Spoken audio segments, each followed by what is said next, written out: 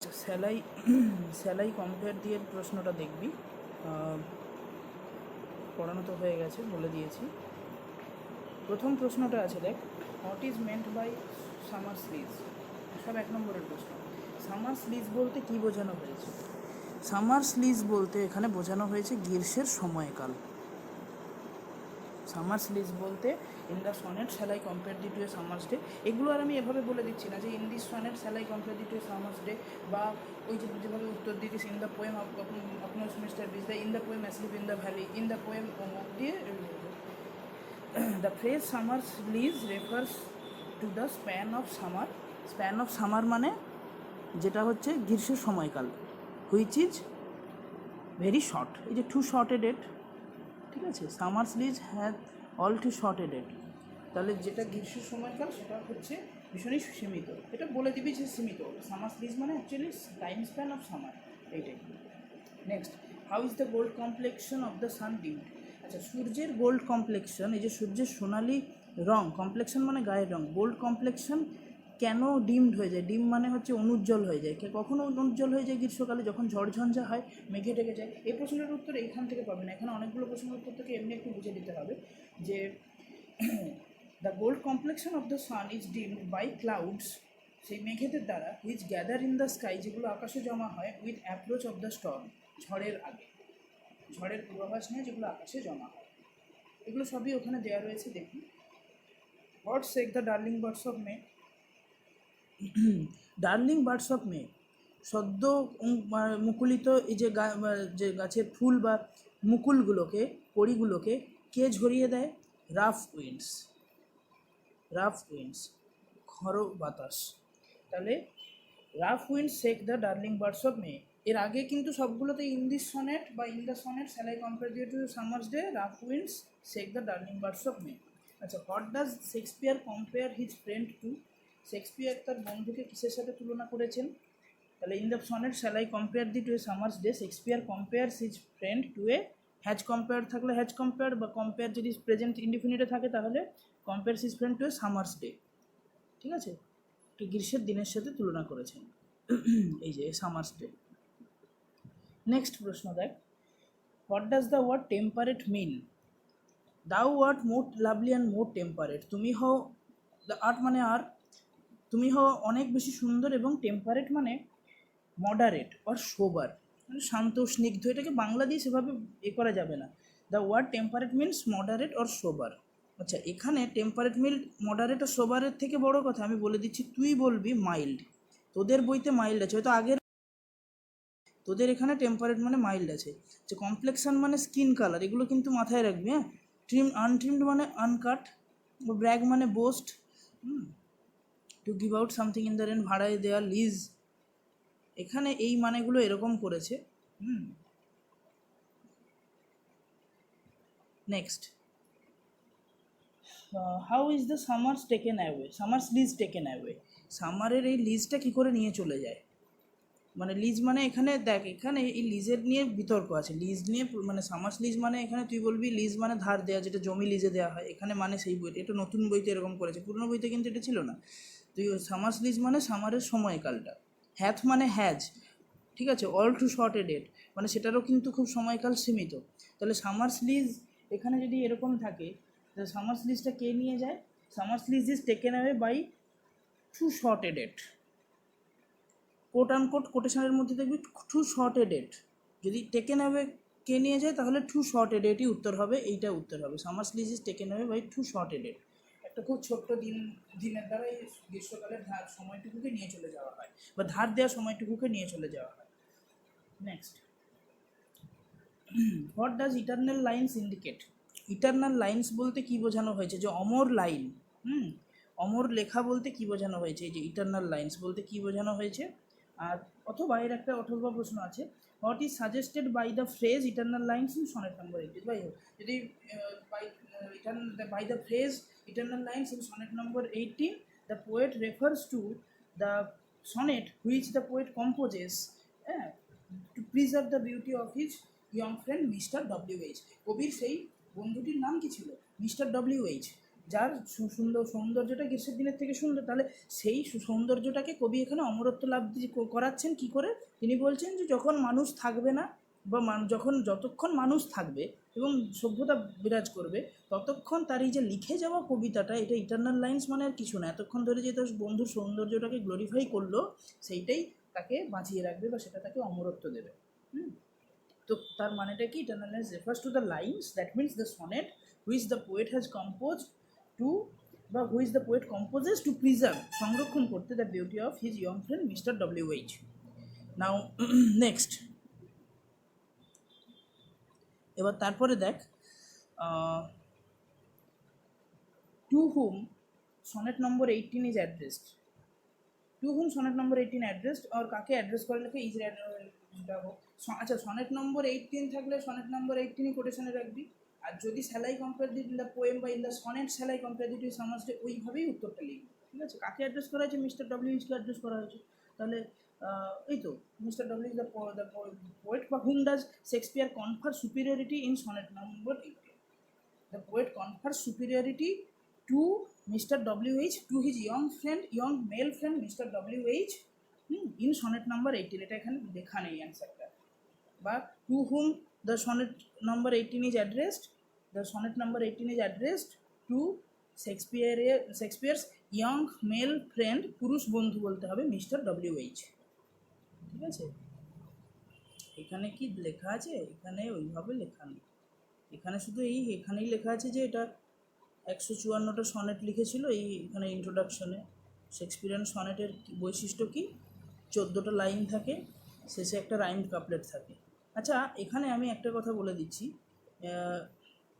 এটা দেখ, প্রত্যেক 4টে লাইন করে তুই যদি দেখিস, তাহলে দেখ এখানে এটা আসবে এ বি, আমি এটা পরে প্রশ্ন থাকতে পারে, ঠিক আছে, আমি ওই জন্য আগে থেকে লিখে দিচ্ছি, সিডি,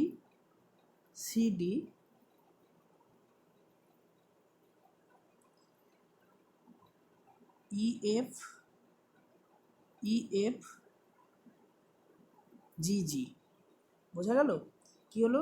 এবি, সিডি, ইএফ জিজি, এইটাই রাইম স্কিম টোটাল। মনে থাকবে 4-4-4-2 ছন্দ, এটা পেত্রার্কান সনেটের মতো কিন্তু 8-8-8 ছন্দ নয়। দেখ, এটাকে যদি ধরিস তুই দেখতে পাবি এখানে ডে, মে, বিটা হচ্ছে টেম্পারেট, রেট, ডেট, সিটা হচ্ছে সাইন্স, ডিক্লাইন্স, ডিটা হচ্ছে ডিমড, ট্রিমড। ঠিক আছে, তারপরে এফের জায়গায় দেখ, ইতে হচ্ছে ফেড, সেড, এফে হচ্ছে দাউস্ট, গ্রাউস্ট, জিটা হচ্ছে C, the.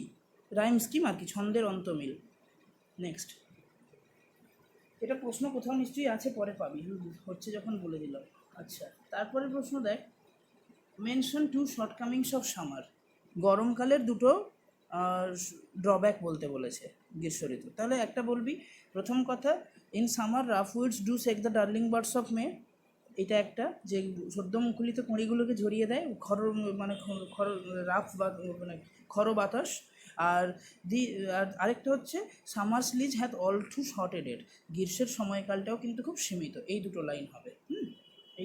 This are the 2 drawbacks of summer. But বলবি 2 drawbacks of summer is that, বা 2 deficiencies of summer is that, বা 2 shortcomings of summer is that rough winds do shake the darling birds of May and summer sledge has so also। এবারে যদি has a very short time, এরকম যদি এমনি বাংলায় লিখবি, আর নাহলে কবিতার লাইন ডাইরেক্ট তুলিস, কোটেশনের মতো দিবি, rough wind shakes the darling birds of May and summer has a very short time, too short time frame, summer season. Next, and every fair form sometimes declines. What does the line signify? What happens to the everything fair in the Salai composite? আচ্ছা, every fair form fair sometimes declines, এটার significance কি? যে কোনো সৌন্দর্যই, যে কোনো সুন্দর জিনিস, every fair from fair sometime declines, মানে anything that is beautiful and it means that anything that is, এখানে উত্তরটা দেওয়া নেই, anything that is beautiful on this earth loses its beauty with course of time. ঠিক আছে, সময়ের সাথে সাথে পৃথিবীতে যা কিছু সুন্দর তা কিন্তু তার সৌন্দর্য হারায়, এটা এর মানে। আর এখানে আরেকটা প্রশ্ন দিয়েছে, what happens to everything fair in the sonnet shall I compare thee, যেগুলো এভরিথিং ফেয়ার তাতে সনেটে কী হয়? তাহলে in sonnet number 18 everything that is fair sometime declines by chance or nature changing course untrimmed. কী করে হয়? ভাগ্যক্রমে, নাহলে প্রকৃতির যে ভাগ্যক্রমে মানে সময়ের আগে যদি হারিয়ে ফেলে, আর না হলে প্রকৃতির নিজস্ব নিয়মে চেঞ্জিং কোর্স, প্রকৃতির এই সদা পরিবর্তনশীল নিয়মে, যেটা আনট্রিমড মানে অকৃত্রিম।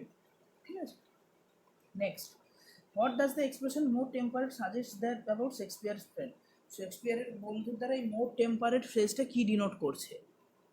এই যে thou art more lovely and more temperate, so it is denoting the fact that, এখানে বলবি expression motives assume that young friend's beauty is more moderate and sober and more mild. এখানে মডারেট অ্যান্ড সোবার ইউজ করেছি কারণ আগের বইটাতে বোধ হয় ওইটাই ছিল, মডারেট অ্যান্ড সোবার লিখলে হবে, তুই মাইল্ড লিখলে হবে। তাহলে এখানে মাইল্ড যখন আছে তুই মাইল্ডই লিখবি। শেক্সপিয়ারের friend mister W H beauty is more moderate and more temperate than the summer's day. More moderate and more moderate and so mild than the than a summer's day. হয়ে গেল। Next, what shall death not brag? মৃত্যু কোন ব্যাপারে আস্ফালন দেখাতে পারবে না, বা what will death not brag about, এইটা। অথবা what does death usually brag? তাহলে death usually brags the beauty of the poet set.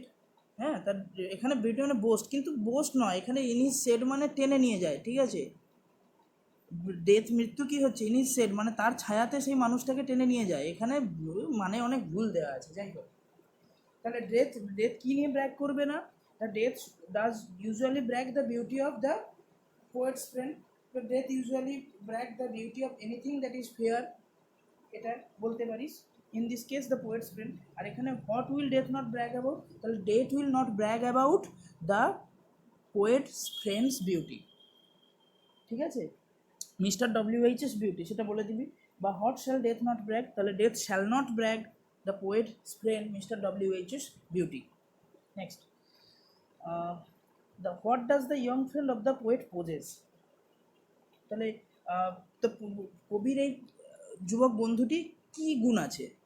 তাহলে এখানে একটাই কথা বলবি, এখানে কবিতার ওভারঅল কবিতার প্রেক্ষিতে তোকে বলতে হবে। দ্য ইন দিস পোয়েম বা in this sonnet, mister W H the poet's friend possesses an eternal beauty, একটা অমর সৌন্দর্য, ডিভয়েড অফ ডিকে, যেটা ক্ষয় হয় না, which is more lovely and more temperate, যেটা কি আছে? মোর লাভলি অ্যান্ড মোর টেম্পারেট। আমি এখান থেকে লাইন তুলে দিয়েছি, এগুলো কোটেশনে না করতে পারলে না করবি না, শুধু দাউয়ের জায়গায় বসাবি, আটের জায়গায় আর বসাবি। And more lovely and more temperate, and কী আছে? Which can not be bragged by death, এবং যেটা মৃত্যুর দ্বারা টেনে নিয়ে যাওয়া যাবে না। হ্যাঁ, which can not be bragged, BRAGGED। Next, why does every fair object loses its fairness in Shakespeare sonnet 18? কেন প্রত্যেকটা সুন্দর জিনিস তার সৌন্দর্য হারায় শেক্সপিয়ারের এই সনেট নম্বর 18-এ? তাহলে বিকজ এই যে and every fair from fair sometime declines, তাহলে every fair object on this planet earth loses its beauty, fairness in sonnet number 18। শুরুতে এটা বলবি কী করে? By chance or nature changing course untrimmed. এটা এমনি লিখলেও হবে, আর না হলে কোটেশনের মধ্যে রেখে লিখলেও হবে, ভাগ্যক্রমে অথবা প্রকৃতির সদা পরিবর্তনশীল নিয়মে। আচ্ছা, whose summer is eternal in শেক্সপিয়ারের সনেট নাম্বার 18? কার গ্রীষ্মকাল হচ্ছে চিরন্তন শেক্সপিয়ারের এই 18 নম্বর সনেটে? শেক্সপিয়ারের young male friend mister W H's beauty is eternal in this sonnet, in sonnet number 18 বা ইন সনেট নাম্বার 18 দিয়ে এটা বললাম। Next, but the eternal summer shall not fade. What does the word summer mean here? Eternal summer মানে এখানে কিন্তু এই দ্বিতীয় সামারটা কিন্তু beauty, the summer means the beauty of the poet's friend. প্রথম সামারটা কিন্তু গ্রীষ্মকাল, দ্বিতীয় সামারটা হচ্ছে বিউটি, সৌন্দর্য।